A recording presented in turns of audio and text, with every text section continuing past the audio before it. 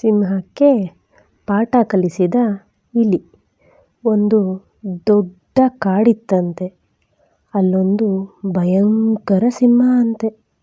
ಒಂದು ಮಧ್ಯಾಹ್ನ ಭರ್ಜರಿ ಬೇಟೆ ಆಡಿ ಮಾಂಸ ತಿಂದು ಗೊರಕೆ ಹೊಡೆಯುತ್ತಾ ನಿದ್ದೆ ಮಾಡ್ತಾ ಇತ್ತಂತೆ ಸಿಂಹ.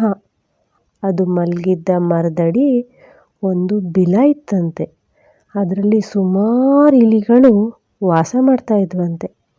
ಅವುಗಳಲ್ಲಿ ಒಂದು ಮಹಾ ತುಂಟ ಇಲಿಮರಿ ಇತ್ತಂತೆ. ಆಗಾಗ ಹೊರಗೆ ಬಂದು ಏನಾದರೂ ಕೀಟ್ಲೆ ಮಾಡಿ ಹೋಗೋದು ಅದ್ರ ಅಭ್ಯಾಸ ಆಗಿತ್ತಂತೆ.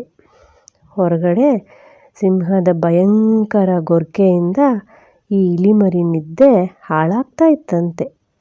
ಅದು ಸಿಟ್ಟಲ್ಲಿ ಹೊರಗಡೆ ಬಂದು ನೋಡಿದ್ರೆ ಒಂದು ದೊಡ್ಡ ಸಿಂಹ ಗೊರಕೆ ಹೊಡಿತಾ ಇತ್ತಂತೆ. ಇಲಿಮರಿ ಸಿಂಹಕ್ಕೆ ಕೂಗಿ ಹೇಳ್ತಂತೆ, ಏ ಸಿಂಹ, ಗೊರಕೆ ಹೊಡಿಯೋದು ನಿಲ್ಲಿಸು, ನಿನ್ನ ಗೊರಕೆ ಶಬ್ದಕ್ಕೆ ನಮ್ಗೆ ಯಾರಿಗೂ ನಿದ್ದೆ ಮಾಡೋಕ್ಕಾಗ್ತಾ ಇಲ್ಲ ಅಂತ ಹೇಳ್ತಂತೆ. ಅಷ್ಟು ದೊಡ್ಡ ಸಿಂಹಕ್ಕೆ ಇಷ್ಟು ಪುಟ್ಟ ಇಲಿಮರಿ ಕೂಗೋದು ಹೇಗೆ ಕೇಳತ್ತೆ? ಅದರ ಗೊರಕೆ ಮುಂದುವರಿತಂತೆ. ಇಲಿಮರಿ ಸಿಟ್ಟಲ್ಲಿ ಅದರ ಮೈ ಮೇಲೆಲ್ಲ ಹತ್ತಿ ಓಡಾಡ್ತಂತೆ. ಆಗಲೂ ಸಿಂಹಕ್ಕೆ ಎಚ್ಚರ ಆಗಲಿಲ್ಲಂತೆ. ಅದ್ರ ಮೀಸೆಯಲ್ಲಿ ಜೋತಾಡುತ್ತಂತೆ. ಎಚ್ಚರನೇ ಆಗಲಿಲ್ಲಂತೆ.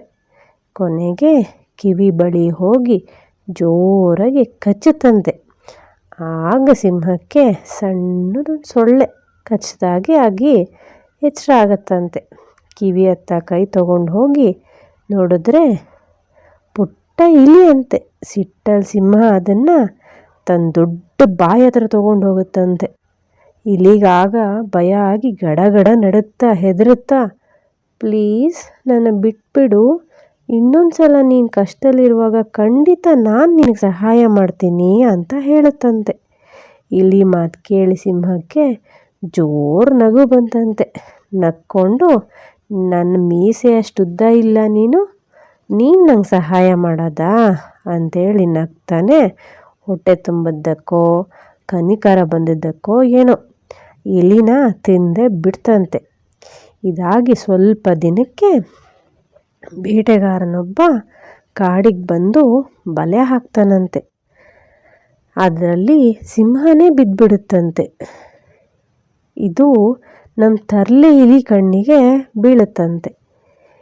ಏನೊಂದು ಮಾತಾಡದೆ ಇಡೀ ಬಲೆಯನ್ನು ಕಚ್ಚಿ ಕಚ್ಚಿ ತುಂಡು ಮಾಡಿ ಸಿಂಹ ಅದರಿಂದ ಹೊರಗಡೆ ಬರೋ ಹಾಗೆ ಮಾಡುತ್ತಂತೆ.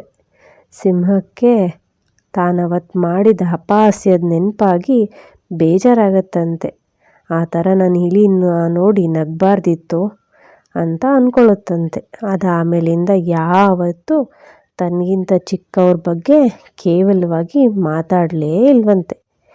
ಈ ಕತೆ ನೀತಿ ಏನಂದರೆ, ಒಂದೊಂದು ಸಮಯದಲ್ಲಿ ಒಂದೊಂದು ಕಡ್ಡಿ ಸಹ ಎಷ್ಟೋ ಉಪಯೋಗಕ್ಕೆ ಬರುತ್ತೆ.